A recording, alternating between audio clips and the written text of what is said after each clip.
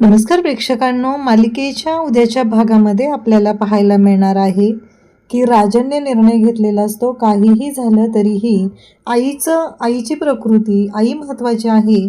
त्यामुळं राजनने एक निर्णय घेतलेला आहे आणि राजन ज्या लॅबमध्ये कामिनीने DNA टेस्ट सॅम्पल दिलेले आहेत त्या लॅबमध्ये जाऊन राजन रिपोर्ट बदलायचं ठरवतो. म्हणजे तिथला जो माणूस असतो की तो म्हणतो की हे बघा, ज्यांनी आमच्याकडे सॅम्पल दिलेले आहेत त्यांनाच आम्ही हे रिपोर्ट देऊ शकतो. तेव्हा राजन म्हणतो त्यांना की मी रिपोर्ट घ्यायला किंवा रिपोर्ट बघायला आलेलो नाही आहे, तर रिपोर्ट बदलायचे आहेत. हे ऐकल्यानंतर तो लॅब टेस्टिंगवाला आहे तो तयार होतो या गोष्टीसाठी. म्हणजेच राजनच्या डोक्यात जे काही चालू आहे ते इथं सिद्ध होणार आहे. तर इकडे आता बंड्या म्हणजे कमळीने अन्नपूर्णाजींचं घर सोडून जाण्याचा निर्णय घेतलेला असतो.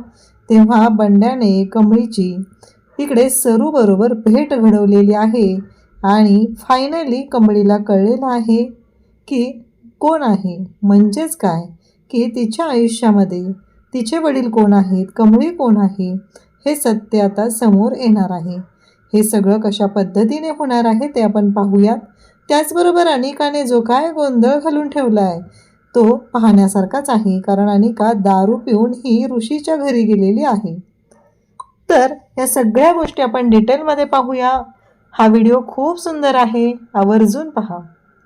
इकडे आता नयनताराने कमळीला सांगितलेलं असतं की हे बघ, जे काय आहे, जी आत्तापर्यंत अशी एखादी गोष्ट असेल जी तू मला सांगितली नाही आहे, ऋषीला सांगितलेली नाही आहे, असं काय असेल तर ती आत्ताच सांग. कसं आहे, माझ्या घरामध्ये माझ्या आयुष्यामध्ये खोटेपणाला जागा नाही आहे. तसं काय असेल तर तू आत्ता सांगू शकते, पण नंतर जर ती गोष्ट कळली तर मी तुला कधीच माफ करू शकणार नाही.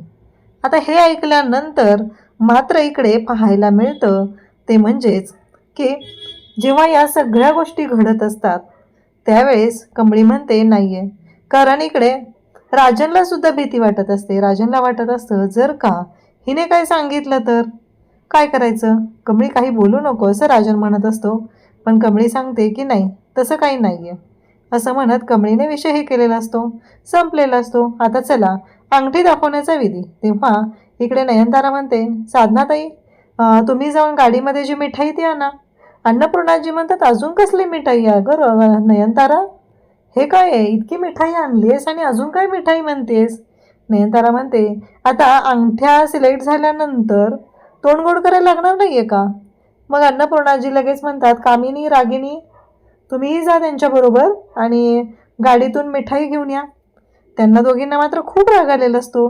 इकडे मुलांचा गोंधळ चाललेला असतो. त्यावेळेस बंड्या आणि त्याचबरोबर प्राजू म्हणत असतात की वहिनीला मी मदत करणार आहे अंगठी निवडायला, कारण मला माहिती आहे त्याची चॉईस कशी आहे. त्याचवेळी साहेबा आणि त्याचबरोबर निंगी म्हणतात की ऋषी सरांना आम्ही मदत करणार आहे. आता सगळ्यांचा गोंधळ सुरू असतो आणि त्याचवेळी या तिघीजणी आता गेलेल्या असतात. त्याचवेळी रागिनी आणि कामिनी या दोघींना एवढा राग आलेला असतो, त्यांना ही गोष्टच पटत नसते की आम्हाला नोकराची कामं का दिली जात आहेत, आमचा काय संबंध आहे, आमच्याशी का चुकीचं वागलं जातं आहे, असं त्यांचं म्हणणं चाललेलं असतं. पण त्या बाईला म्हणत असतात की बाई घे ना पटकन, आणि ही तर काय डोक्यावर पदर घेऊ नये, नक्की काय आहे हिच्या डोक्यामध्ये, असं म्हणत बोलणं चाललेलं असतं. आणि त्याच वेळी इकडे पाहायला मिळतं ते म्हणजे निंगी तिथं आलेली असेल, म्हणते तिथं अंगठ्या सिलेक्ट झाल्यात आणि तुम्ही इथं सगळे काय करताय, चला असं म्हणत ती इकडे सरूचा हात पकडते आणि सरूला घेऊन जाते, नाहीतर सरूच्या डोक्यावरचा पदर निघणार असतो. ही गोष्ट खरंच खूपच धक्कादायक झाली असती, पण ते निंगीमुळं ते वाचलेले असतात. आता सगळे जमलेले असतात. तेव्हा नयनतारा म्हणते चला छान प्रोग्राम झाला आहे, खरेदी छान झालेली आहे, आता मोठ्यांचे आशीर्वाद घ्या. मग सगळ्यांचे आशीर्वाद घ्यायला सांगितले जातात आणि मग हे दोघंजण सगळ्यांना नमस्कार करायला जातात. मग ते जाऊन सरूच्या सुद्धा पाया पडतात. कामिनी मात्र वाट बघत असते की माझ्या बाबतीत काय आहे, म्हणजे मी काय केलेलं, सगळ्या नोकरांच्या सुद्धा पाया पडलेत पण माझ्या पाया पडलेलं नाही, असा राग तिला आलेला असतो. ती म्हणते की नाही, मला या गोष्टीचा विचार करायलाच पाहिजे. त्याचवेळी अन्नपूर्णाजी म्हणतात की आता जेवण केल्याशिवाय कोणीही जायचं नाही, सगळा स्वयंपाक तयार आहे असं सांगितलं जातं.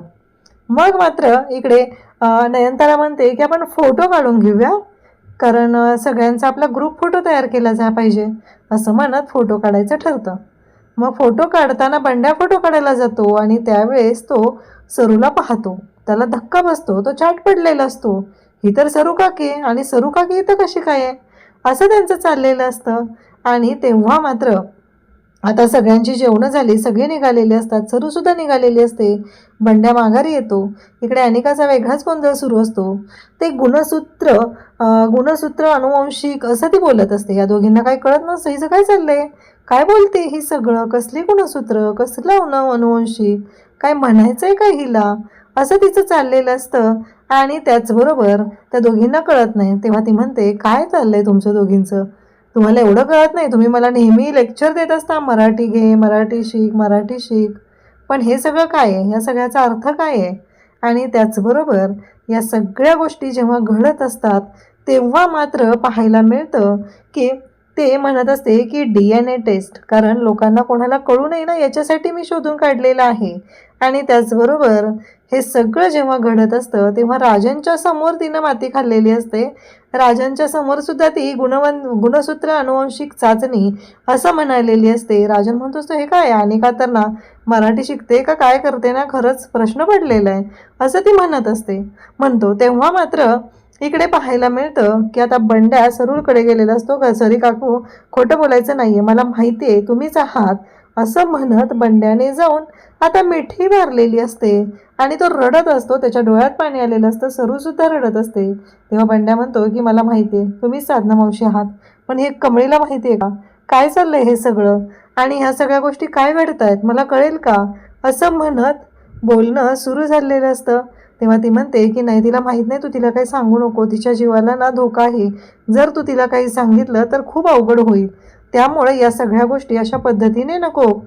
आणि त्याचबरोबर इकडे पाहायला मिळतं ते म्हणजे की कमळी विचार करत असते. कमळी म्हणत असते की नाही, मी आजपर्यंत कधीच खोटं बोललेली नाही आहे, हे सगळं काय आहे, या सगळ्या गोष्टींचा काय अर्थ आहे, नाहीये पटत हे सगळं, मी का खोटं बोलते, माझ्याच माणसांशी मी का खोटं बोलते, असा त्रास तिला होत असतो. आणि तेव्हा मात्र आता मेहंदी काढायचं सुरू झालेलं असतं. सगळे जमलेले असतात. निंगी म्हणत असते, कमळे खरंच. निंगी मात्र नाचत असते, गात असते, फुल ऑन एन्जॉय मोड निंगीचा चालू असतो. तेव्हा मात्र कमळी म्हणत असते की काय चाललंय हे सगळं, मला कळतच नाही आहे. तेव्हा निंगी म्हणते, राहू दे, मला आठवलं, मला राजन काकांनी ना एक काम सांगितलं होतं, ते काम करायला मला गेलं पाहिजे, असं म्हणत निंगी निघालेली असते. इकडे सायबा सुद्धा आता ऋषीला चिडवत असतो. ऋषीला म्हणत असतो की काय मग ऋषी सर, कसं आहे, सगळं बदलतंय की नाही आयुष्य. ऋषी म्हणतो की ना, मला ना स्वप्न पडायची आधी, म्हणजे माझ्या आयुष्यात कमळी आलेली आहे, या सगळ्या गोष्टी माझ्या आयुष्यात घडायच्या, स्वप्न पडायची, आणि तेव्हा असं वाटायचं की नको, हे स्वप्न मला उठायला नको आहे, माझं स्वप्न अर्धं राहील, कारण मी कमळीच्या बोटात अंगठी घालत असतो, ती माझ्या बोटात अंगठी घालत असते, आमची एंगेजमेंट होणार असते, ही सगळी स्वप्न मला पडत होती, पण या सगळ्या गोष्टीची भीती वाटायची. तेव्हा तो सांगत असतो, अगदी मनापासून सांगत असतो, आजपर्यंत त्याला काय वाटायचं, कशा पद्धतीने गोष्टी व्हायच्या. तेवढ्यातच अनिका तिथे येते आणि ओरडायला सुरुवात करते. ती म्हणत असते की ऋषी ऋषी ऋषीच्या मागच लागते. ऋषीला कळतच नाही आहे की काय करू नक्की. ही अशी अंगाला चिकटून बसलेली असते, मिठी मारून बसलेली असते. ऋषीला मात्र कळत नसतं की काय चाललंय, या सगळ्या गोष्टी काय होणार आहेत, याचा अर्थ काय आहे, असे अनेक प्रश्न पडलेले असतात. आणि कमळी मात्र इकडे विचार करत असते. निंगीने ठरवलेलं असतं की मला राजन काकांना जाऊन भेटायचं आहे. राजन काकांनी मला काही गोष्टी सांगितलेल्या होत्या, ते काम केलं आहे, मी त्यांना जाऊन भेटलं पाहिजे, त्यांना सांगितलं पाहिजे, असं म्हणत आता ती राजनकडे जाते. कमळी काही बोलायला तयार नसते. कमळीचं काय चाललंय हे कळत नसतं.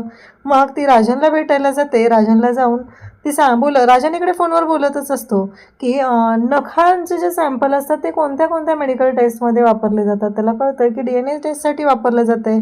म्हणजे त्याला क्लिक होतं की DNA टेस्ट म्हणजेच गुणसूत्र अनुवंशिक, जे काही अनिका बोलत होती त्या सगळ्याचा अर्थ त्याच्या लक्षात येतो. तो म्हणत असतो, म्हणजे अनिकाचं हे सगळं चाललेलं होतं. त्याला खरं तर धक्का बसलेला असतो. तो म्हणत असतो, नाही, हे सगळं जे काय आहे ना ते अति झालंय, हा विचार त्याच्या डोक्यात सुरू झालेला असतो. तेवढ्यात निंगी तिथे येते. मग निंगीला तो विचारतो, अगं तुला मी एक काम सांगितलं होतं, त्याचं काय झालं. निंगी म्हणते, झालंय. त्यांना त्या चौकातली जी लॅब आहे ना, फाईन लॅब, तिथे गेल्या होत्या. तेव्हा राजन म्हणतो, त्या लॅबचं नाव माहिती आहे तुला. निंगी म्हणते, हो माहिती आहे मला, फाईन लॅब नाव आहे तिथं. राजन म्हणतो मी पाहतो. आणि इकडे अनिकाने वेगळाच गोंधळ केलेला असतो. अनिका ओरडत असते, बोलत असते. तेव्हा सायबा आणि ऋषीच्या नाकी नवलेले असतात. त्यांना कळायचंच बंद होतं हे सगळं काय आहे आणि या सगळ्या गोष्टी अशा का चाललेत म्हणत ते दोघंही पाहत असतात. तेव्हा मात्र इकडे अनिकाच्या तोंडात बोळा घातलेला असतो, पण ती काही शांत होत नसते. तिचा गोंधळ चालूच असतो.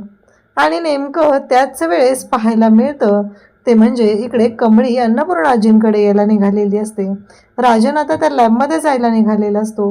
अन्नपूर्णा आजी म्हणतात की नयनतारा मला विचारत होती की काय करायचं, कुठला हॉल वगैरे बुक करूया का.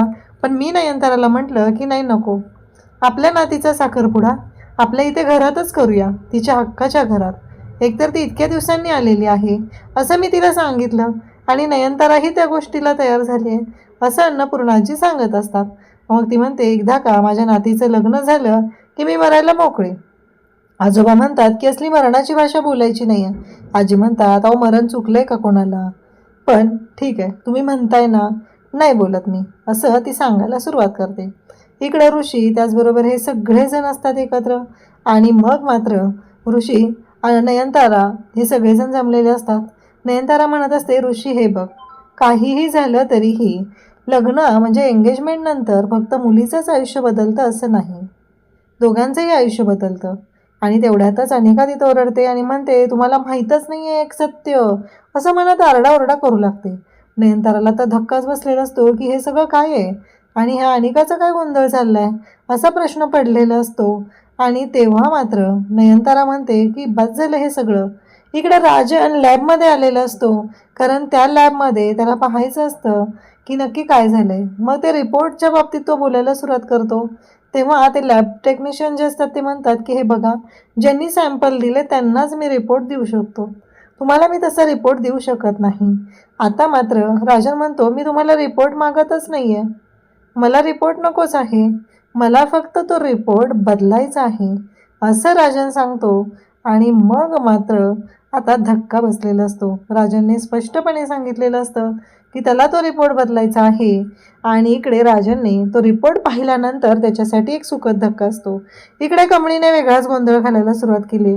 कमळीने निंगीला सांगितले चल तयार हो, बॅग भर, हातावर मेहंदी लागली, साखरपुडा आलाय. आणि हिने मात्र आता बॅग भरायला लावली आहे आणि निघालेली असते. आणि तेवढ्यातच बंड्या तिथे येतो. बंड्या म्हणतो की मी एक आज अशा व्यक्तीबरोबर तुझी भेट घडवणार आहे की तुला कळणारही नाही. बंड्या घेऊन जातो कमळी निंगीला आणि समोर सरू आलेली असते, कारण जाताना सरूने एक नंबर दिलेला असतो आणि सांगितलेलं असतं. जेव्हा आता सरूकडून नंबर बंड्याने घेतलेला असतो, बरोबर कमळीने घर सोडलेलं असतं. आणि नेमकं त्याच वेळेस इकडे कमळी, बंड्या, सरू यांची भेट झालेली आहे.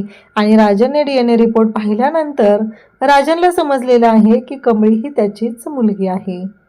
फायनली या सगळ्या गोष्टी आता समोर आलेल्या आहेत. ह्यांचं त्रिकोणी कुटुंब एकत्र येणार आहे आणि कमळीच्या आणि ऋषीच्या साखरपुड्या दिवशी सगळ्यांना सुखद असा धक्का मिळणार आहे. अशाच अपडेटसाठी चॅनलशी कनेक्ट राहा. थँक्यू.